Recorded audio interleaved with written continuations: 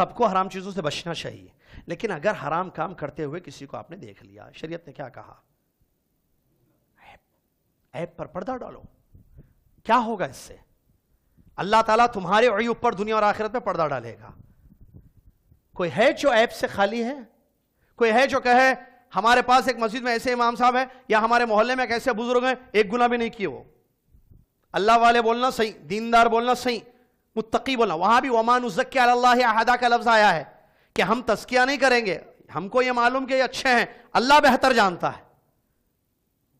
تزکیہ نہیں، مہر نہیں لگانا. ارے پکے جنتی، ہمارے پاس جملے بولتے ہیں ارے جنتی آدمی ہے بھائی ہمارے پاس ایک. جنتی آدمی ہے کہاں ہے انڈیا میں؟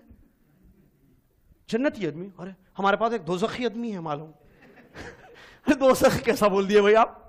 ارے پکا گنہگار آدمی ہے. ہاں بھائی گنہگار ہے، ٹھیک ہے مان لیے. گناہ کرتا ہو، اوپنلی کرتا، چھپ کے بھی نہیں کرتا، پیتا کھاتا مارتا نشہ کرتا ستاتا، ٹھیک ہے گنہگار آدمی ہے. دوزخی آدمی کیسے بول دیا آپ؟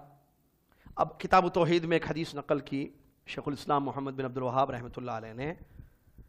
ابو ہریرہ رضی اللہ تعالیٰ عنہ حدیث کے راوی ہیں، کہتے ہیں کہ ایک عابد نے ایک گنہگار فاسق و فاجر آدمی ان کے محلے کے، اس کے بارے میں یہ کہا کہ اللہ فلاں کو بخشے گا نہیں. کیا بول دیا وہ؟ عابد یعنی عبادت گزار ایک آدمی کیا بولا؟ اللہ فلاں کو بخشے گا نہیں. اللہ تعالیٰ نے فرمایا کون ہوتا ہے بندہ میرے بارے میں فیصلہ کرنے والا؟ میں نے اس کو معاف کر دیا، تیرے اعمال کو برباد کر دیا.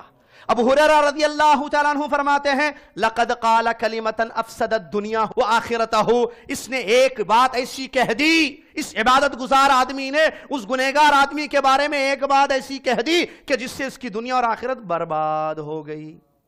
ساری عبادتیں اللہ تعالیٰ ختم. قبول کرنے والا کون ہے؟ رد کرنے والا کون ہے؟ اللہ ہے. لہٰذا نہیں بولنا کسی کے بارے میں.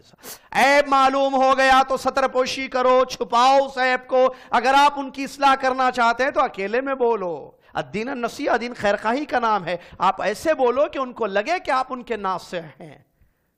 نصیحت کرنے کے کچھ اصول اور آداب ہیں.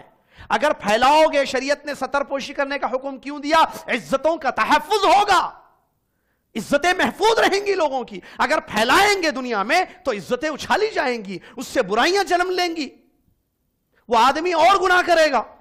جب سگریٹ معلوم ہوگا تو اب میں شراب بھی پیتوں وہ بھی بتا دوں، اور کرے گا برائیاں. اور لوگ اگر اس سے مستفید ہو رہے تو وہ بھی گیا، اس کی گئی عزت، اس کے گھر والوں کی عزت گئی. کیا اس کے گھر رشتہ آئے گا؟ جبکہ بیٹی نے نہیں پیا سگریٹ، مثال کے طور پر مرد نے پیا تھا، اس کے گھر، ارے وہ پیوٹوں کا گھر ہے بھائی. دیکھیے کتنے دور اندیش اس کے خطرناک نتائج ہوتے ہیں. شریعت نے ستر پوشی تاکہ معاشرہ خراب نہ ہو.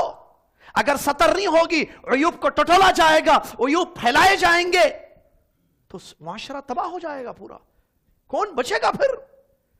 اسی لیے اسلام نے کہا ستر پوشی کرو.